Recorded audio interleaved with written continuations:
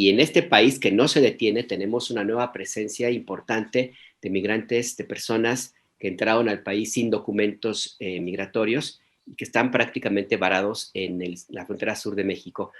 Por eso le quiero dar la bienvenida a la doctora Leticia Calderón Chelius. ¿Cómo está, doctora? Buenos días. Pues encantada de escucharlos, de verlos, los estaba siguiendo también en la entrevista, así que efectivamente la coyuntura se impone siempre y estos temas que son transversales y que al final definen a las naciones están ahí y qué bueno que lo retomen, realmente me parece excelente.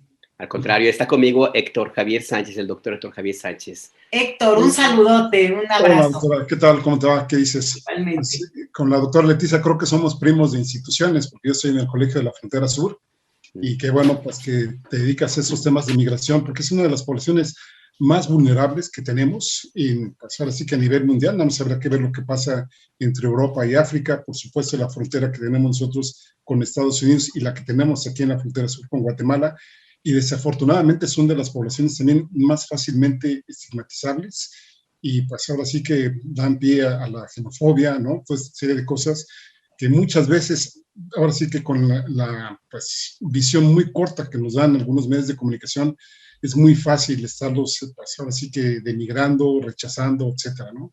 Por eso yo saludo mucho tu trabajo, doctora. Gracias por estar aquí con nosotros. Encantada.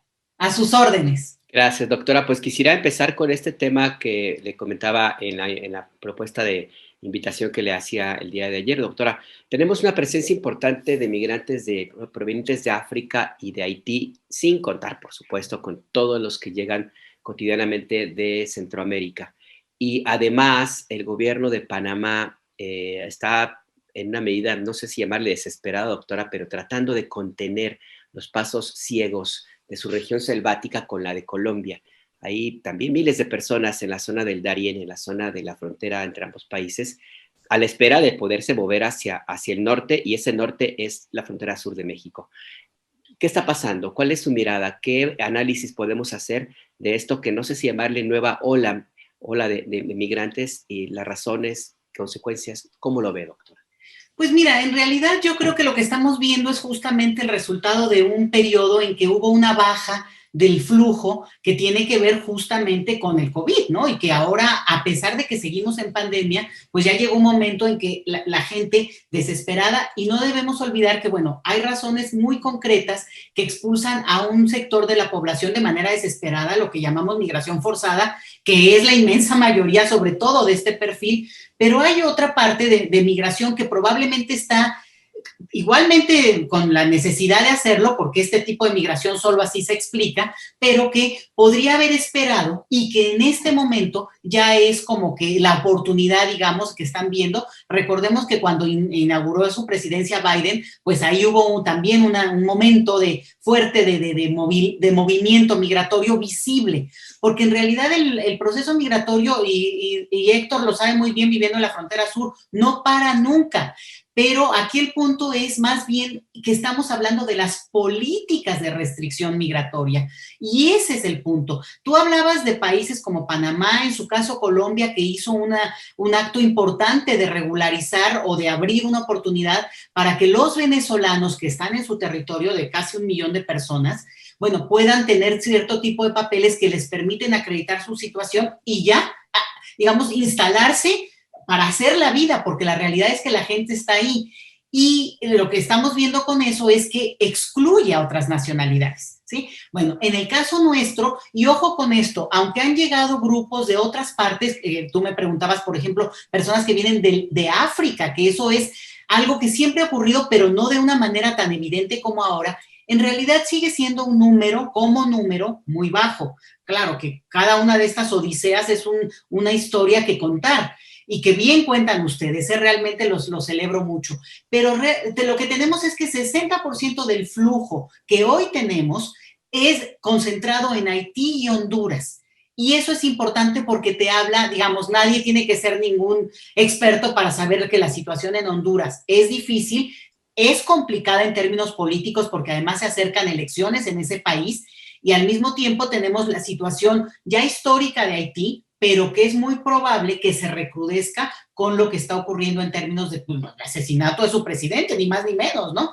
Entonces, Creo que son cuestiones que explican y que todos a estas alturas ya entendemos que hay razones de origen, como las hay en el hecho de que el grupo que más migra, entre los que se encuentran y que intentan entrar a Estados Unidos, siguen siendo los mexicanos, ¿eh? Ojo con esto, porque si no de repente creemos que esto, el flujo, el que vienen, y tú decías, bueno, la ola, cuidamos mucho esta cosa del léxico de la migración. Fíjate que porque a veces la imagen de ola, un poco como con el COVID, ¿no? O el tsunami, es imparable. Y la imagen que se proyecta es justamente una cuestión que arrasa, que es ingobernable, que no tiene posibilidades de acotarse, cuando también lo que estamos viendo es que este enorme país, claro, concentrada la población en un lugar donde se le acota, que es sobre todo Tapachula, ese es otro lo importante, donde se está registrando la gente es principalmente en el lado de Tapachula y en Palenque. Entonces, lo que vemos, y cuando se habla de la migración en México, pues ahí está, pero no es que esté a lo largo del país, aunque obviamente también la frontera norte, sobre todo Tijuana y Ciudad Juárez, concentran una parte importante de estos, digamos, movimientos más recientes. ¿Qué está pasando? Desde mi punto de vista, y en ese sentido también lo celebro, hay situaciones de crisis tal vez momentáneas que se logran resolver, pero también hay una parte en la que el gobierno mexicano, por muchas razones, que son yo creo que de geopolítica y las podemos hablar, porque justo Alejandro Mayorkas, desde seguridad, digamos el jefe de seguridad en Estados Unidos encargado de este tema de migración, llega hoy. Está hoy en una reunión y esto no es casual, ¿eh? Esto yo creo que tiene que ver y hay que levantar las cejas porque, digamos, si por un lado hay una política en la que trata de resolverse cosas, de que se pueda abrir ya la frontera norte, porque eso urge para nuestro país, eso es urgente. Por el otro lado es cierto que donde México, el gobierno mexicano actual ha apretado de manera muy clara es en el tema del tránsito migratorio.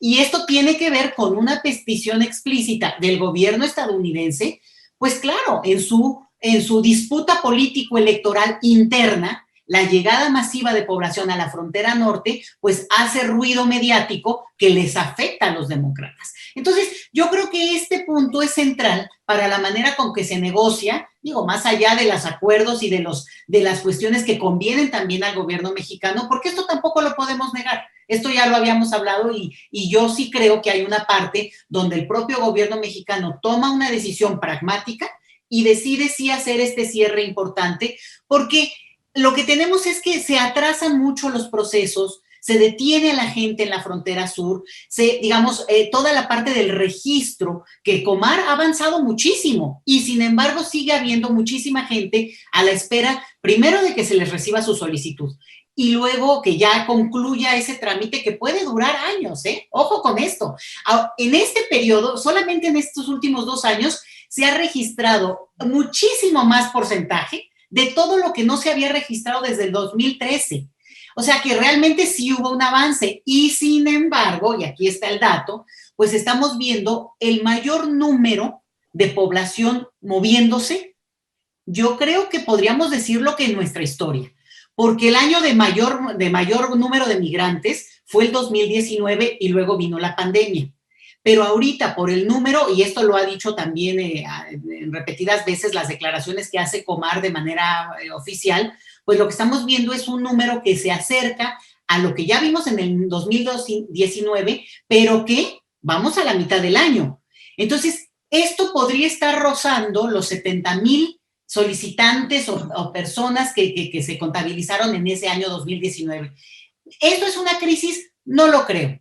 Yo creo que es un tema, sí, de gestión migratoria, sí, claramente de que se concentra regionalmente la población, y entonces, claro, para Tapachula es un problema. Para estas entidades que además en sí mismas son pequeñas, pues esa concentración hace no solo más visible, sino que muy, digamos, localmente la reacción se tiene que trabajar, pero se puede también comprender. Entonces yo creo que ahí estarían los puntos centrales para poder empezar a ver cómo esta situación se vuelve un problema. Y claro, alguien diría, bueno, ¿qué va a pasar? Que finalmente van a transitar. Hay 2 cosas. La gente no va a regresar. Bueno, hay 3. No va a regresar a sus países porque han hecho ya una odisea impresionante para llegar acá. Muchos buscan, sabemos muy bien que casi el 70%, su objetivo inicial es llegar a Estados Unidos, no quedarse en México. Pero en ese ínterin, la experiencia nos dice que ya mucha población decide ir, que va a optar por quedarse en México, que no sea solo en un lugar. Y la otra es que aun cuando, digamos, tengan que esperar, bueno, pues no hay condiciones para que, decía yo, volver, pero también para probablemente, y más bien yo diría de manera bastante segura, cruzar a Estados Unidos en este momento. En Estados Unidos se está avanzando, eso es importante, para este tema de la regularización, el tema de los Dreamers, el TTP, cuestión, pero con la población que ya está allá. Este tema se vuelve un limbo tremendo. Héctor.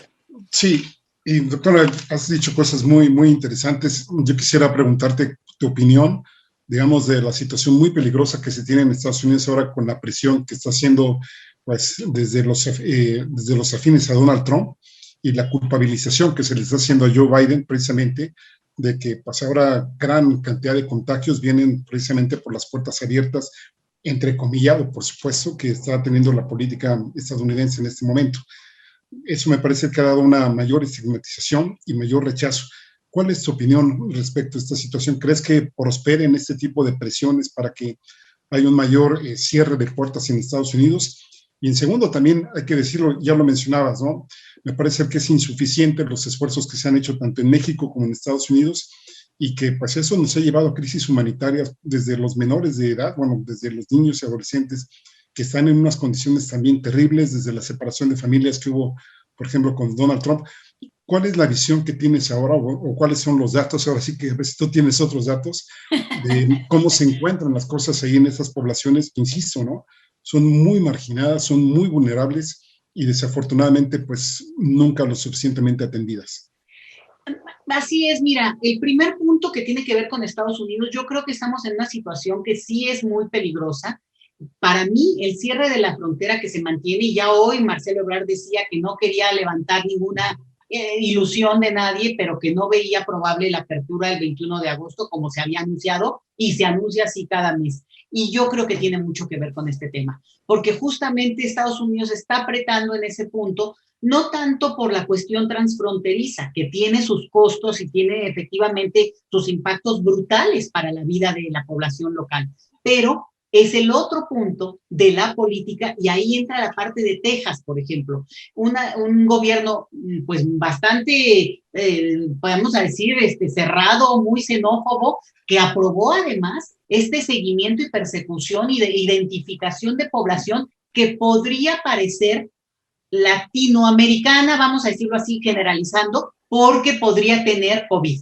O sea, ya de verdad, en un extremo del discurso, se aprueba esta ley y yo también, a esta complejidad de país que es Estados Unidos, pues hay lugares súper progresistas y súper abiertos que deberíamos aprenderles a ellos. Pero tienes otros, decía yo, puede ser el caso de Texas, que además es nuestra frontera principal. Entonces, y de Florida también, ¿no, doctora? No, y de Florida, claro, ¿no? Y bañada de Arizona, ¿no? Que es exactamente, digamos, con los que convivimos más en el sentido más geográfico. Entonces, eso es delicado por el perfil de gobiernos que ellos mismos tienen. Y que es una disputa también interna, porque claro, dices latinoamericano, se incluye a cualquier paisano que ya vive allá hace 200 años, ¿no? O sea, sabemos muy bien que eso es una realidad también de la población en general, ¿no? Latinoamericana, aunque la mayoría sean mexicanos. Eso por un lado. Por el lado de México, fíjate que yo creo que hay una parte que es lamentable. Yo lo veo como un riesgo innecesario de parte del gobierno mexicano, que decidió, digamos, seguir, porque eso ya se venía dando, una política de mucho cierre, muy policíaca.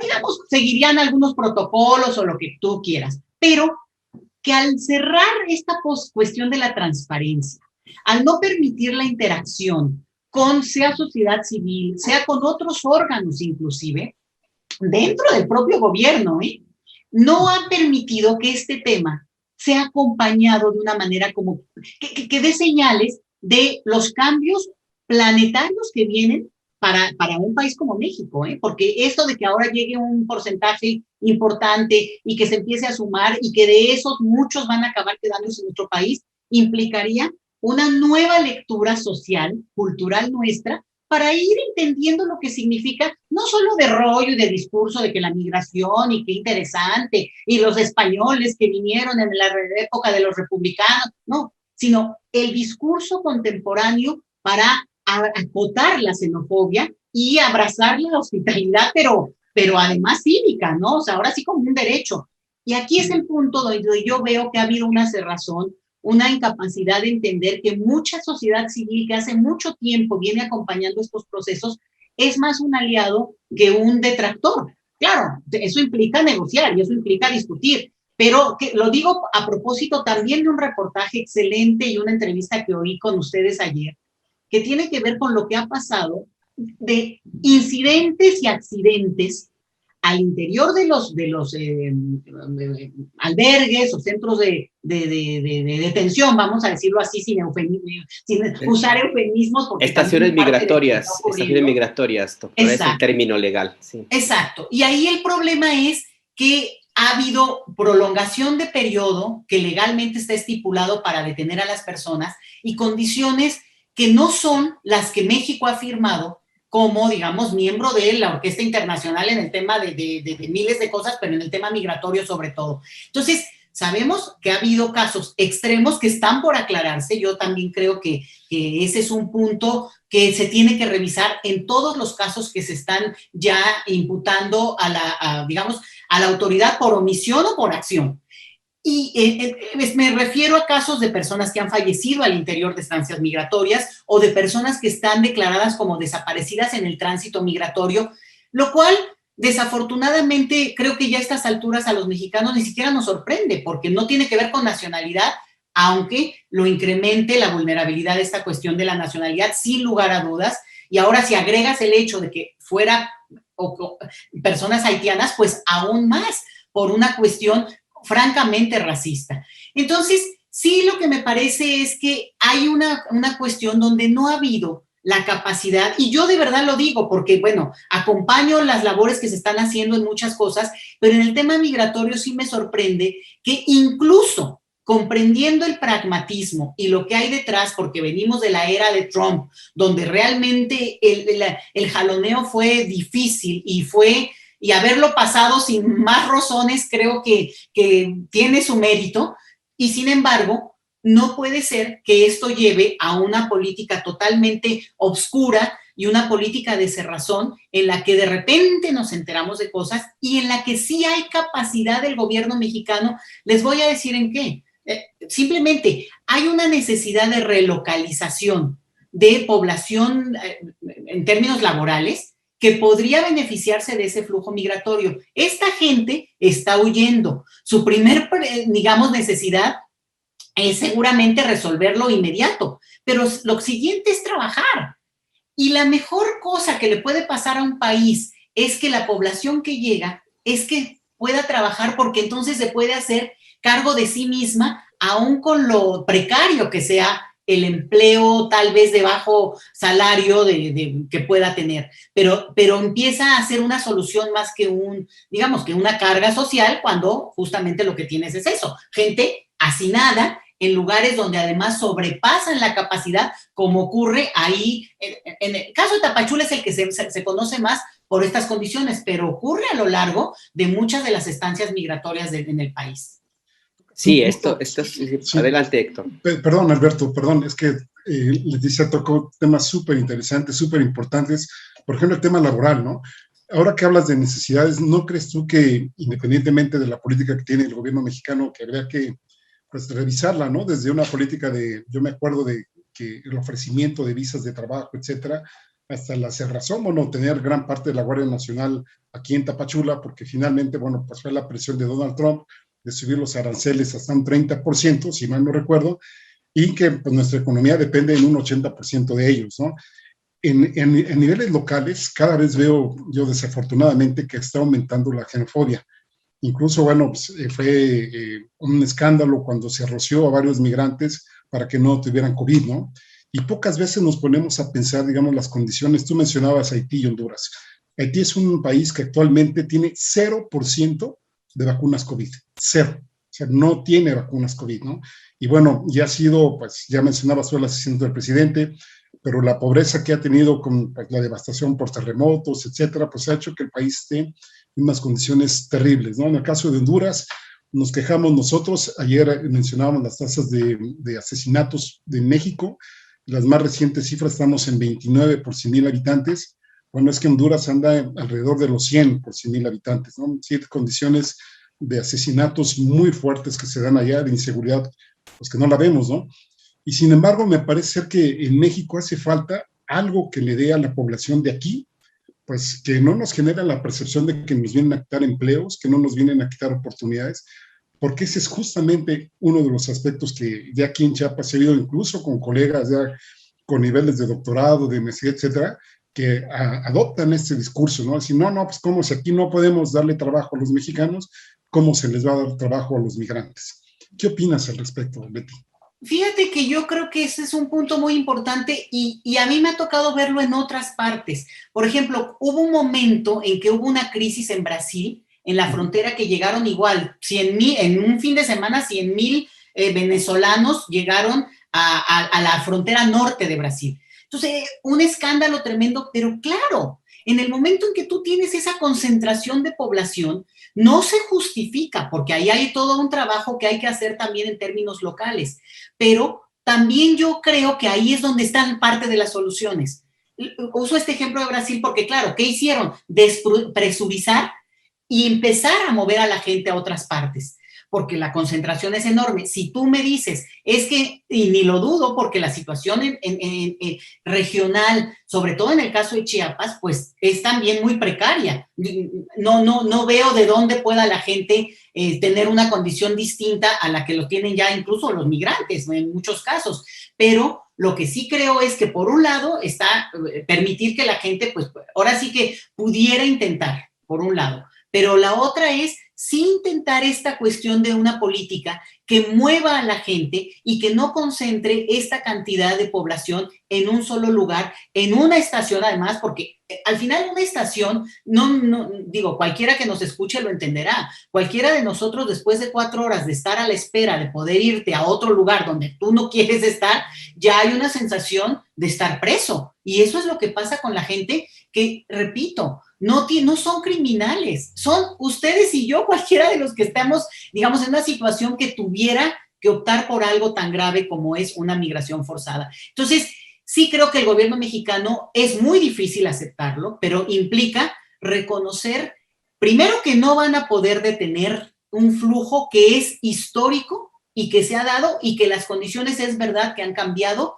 en términos de hasta la movilidad, con toda la dificultad que implica esa sobrevivencia de venir de Colombia, Panamá y llegar a este lado, digamos, del continente. Primero. La otra es que no tiene esta gente opción, están tomando esa decisión y arriesgando todo, y México, en esta cosa de, a ver, me espero, los detengo, ahí los aguardo un poco, bueno, sí está generando aún más presión cuando hay un punto en el que habría que pasar. Digamos, es parte de lo que quiere Estados Unidos, también. Entonces ahí viene la geopolítica. Estados Unidos lo que quiere es que México acabe reconociendo y quedándose y adoptando, digamos, lo que en esta cuestión que también se discutió mucho en su momento de tercer país seguro. Y bueno, sin los beneficios que tiene eso en términos económicos, porque México, el gobierno mexicano, se ha negado sistemáticamente a hacerlo, porque implica ya forzarte a una política que no necesariamente es la que México había elegido, y que bien tú dices, bueno, duró 3 días eso de abrir las fronteras, porque bueno, era una situación que realmente, además empezando el gobierno, lo desbordó en ese punto, ¿no? Pero reconocer con la dificultad que eso implica en la relación con Estados Unidos, pero que sí hay un porcentaje de esta población que tiene no solo el derecho, sino la voluntad a quedarse en un territorio mexicano, que tal vez, digamos, hay partes donde ni siquiera hay población extranjera. México es un país que tiene muy bajo porcentaje de población nacida en el extranjero. Les diría yo que de los países cuyo porcentaje de personas extranjeras es más bajo de todo el mundo. ¿Esto es bueno o esto es malo? Se puede discutir, pero es una realidad. Y a largo plazo nos conviene mucho más empezar a trabajar este discurso, ampliarlo, no concentrarlo como tú dices. Yo he sabido, me han comentado de políticas muy duras que hay en la zona de Tapachula y ¿no? de comerciantes que están ya literalmente, bueno, persiguiendo a población extranjera, y eso es muy grave. En el país no nos lo merecemos y no es justo, pero también implica tomar decisiones que hasta ahora no se han tomado. Sí creo que hay este intento, bueno, esto va a disuadir a la población migrante. Ya estamos viendo que no. ¿Necesita Estados Unidos abrir sus fronteras y eventualmente permitir que algún porcentaje de estas personas pasen? Ocurrió, ¿eh? Ya ocurrió en los meses, digamos, posteriores a la toma de poder de Biden, y esto alimenta aún más la esperanza de que eventualmente podrían llegar a cruzar, por lo menos los que ya están en la frontera norte. Pero la realidad es que estamos en el medio y sí tocaría pensar distinto, transparentar mucho para ayudar, para poder pedir ayuda. El gobierno también merece recibir la ayuda, digamos, en el sentido de que mucha de la gente, de los activistas, de la gente pues que ha entregado un esfuerzo a la población migrante, a mí me sorprende, porque yo, bueno, que he seguido este tema durante mucho tiempo, ver gente muy joven, a veces con una situación incluso pues desahogada económicamente, entregada a una labor humanitaria que no hay que despreciar y que sí creo que este gobierno está despreciando y digamos, malamente, porque ahí está con toda la voluntad. Otra parte es toda la red religiosa que lo entrega por ideología, por una cuestión de su misión propia, pero que también se siente excluida. Y esto le sumo, ya se los decía yo, incluso dentro del propio gobierno mexicano, no hay forma de, por ejemplo, poder estar, les diría yo, en un tema que se levantó ya hace un poquito de tiempo, y yo desde Sin Fronteras, en el patronato, se los puedo decir, el tema de lo que está ocurriendo en el aeropuerto de la Ciudad de México, que ha ocurrido toda la vida, pero no tiene por qué seguir ocurriendo en un gobierno que se dice distinto, ¿no? Y que es la discrecionalidad y las deportaciones express sin que se entienda por qué. Y eso que ocurre en nuestro país es parte de una política migratoria que tiene como varios brazos, pero que al final es muy discrecional, poco transparente y que no ha dado muestras de que va a cambiar del perfil policíaco a un perfil humanitario, o por lo menos algo en medio, ¿no? Entiendo el pragmatismo, pero no vemos algo en medio. Y en ese algo en medio ya se nos acabó el tiempo, doctora, pero quisiera pedirle una reflexión, un par de minutos, si es posible, doctora. Perdón, es que el tiempo es implacable. Hombre. Dentro de todo esto que ha comentado y sobre todo esta parte última, doctora, es verdad, el gobierno del presidente López Obrador no parece haber entendido todo lo complejo que es este fenómeno de la migración sin documento, la migración irregular. Y se lo quiero plantear porque en el Instituto Nacional de Migración están ocurriendo cosas, no sé cómo utilizar un adjetivo, pero voy a usar el extraño. Es cierto, las deportaciones express son un tema del que muy poco se habla, y hay inclusive nacionalidades elegidas, ha sido como por épocas. Yo recuerdo en los 90s cuando les dio por expulsar a los brasileños, recuerda usted, doctora, y luego pues colombianos de toda la vida, revisiones extraordinarias, venezolanos en la crisis durísima económica que vivieron en ese país, sin contar que con todos los demás que pueden estar ocurriendo y que desgraciadamente está muy a contentillo de la gente de migración en turno. Pero dentro de ese instituto me llama la atención algo que va más allá del personal de pie a tierra, que tiene que ver con una política y una forma de entender la migración por parte de este gobierno. Se lo digo porque la Comisión Nacional de Derechos Humanos y organizaciones civiles varias, desde el año pasado, han denunciado una presencia cada vez mayor de personas de origen militar, de militares o exmilitares, militares en activo, dentro de mandos operativos, incluso delegados del Instituto Nacional de Migración. Esto, para mí, define la forma como el gobierno de la 4T ve a este tema de la migración, un asunto todavía más de seguridad nacional con un componente militar. ¿Qué evaluación tiene usted de esto que ocurre? No, pues la verdad es que suscribo tu comentario tal cual, porque yo creo que más allá de que si es militar o policíaco, vamos, el hecho, porque creo que ahí hay también todo un debate que hacer, el punto es el perfil que se le pone, y ahí es entre seguridad nacional a seguridad humana, que hay un cambio sustancial en la manera en cómo se acerca al tema migratorio. Sí les voy a decir que creo que este es un dilema en todos los países. No hay país que se salve. En todos. El más progresista tiene un dilema y no lo enfrenta cabalmente en términos humanitarios como a todos nos gustaría, el que me digan. Sin embargo, si hay un cambio en términos de lo que un gobierno, y yo me refiero a este gobierno, puede imprimir en términos de, aún con la dureza, aún con lo duro que puede ser toda la gestión migratoria, porque tampoco, digamos, si hay transparencia, la misma población que acompaña estos procesos podría entender cómo es difícil a veces, y se sabe obviamente, gestionar todas estas cosas, pero cuando tú tienes este nivel de, digamos, decía yo, discrecionalidad, y la última cosa, claramente de esta parte que no sabemos qué ocurre, y es duro decirlo, pero es porque tampoco hay un costo político. No hay una sociedad civil en general que acompañe, que critique, que sostenga un discurso de apertura o de mínimamente humanitarismo, ¿no? Una cuestión que dijera, oigan, no se pasen, oigan, son niños, o oigan, ¿por qué?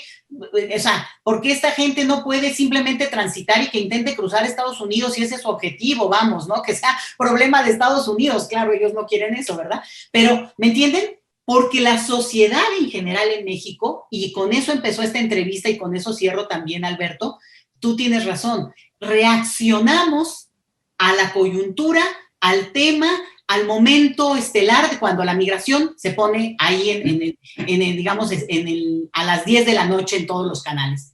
Cuando no está ahí, la gente no lo ve, salvo quienes están directamente en zonas de alta presencia migratoria. Y yo creo que ese esfuerzo sí hay que darlo, porque podría abrir y modificar, o tendríamos que llamar a modificar la actitud que tenemos y presionar en ese sentido a una menor discrecionalidad y apego a los derechos humanos, que es lo mismo que nosotros pedimos para nuestros paisanos en otros países, especialmente en Estados Unidos.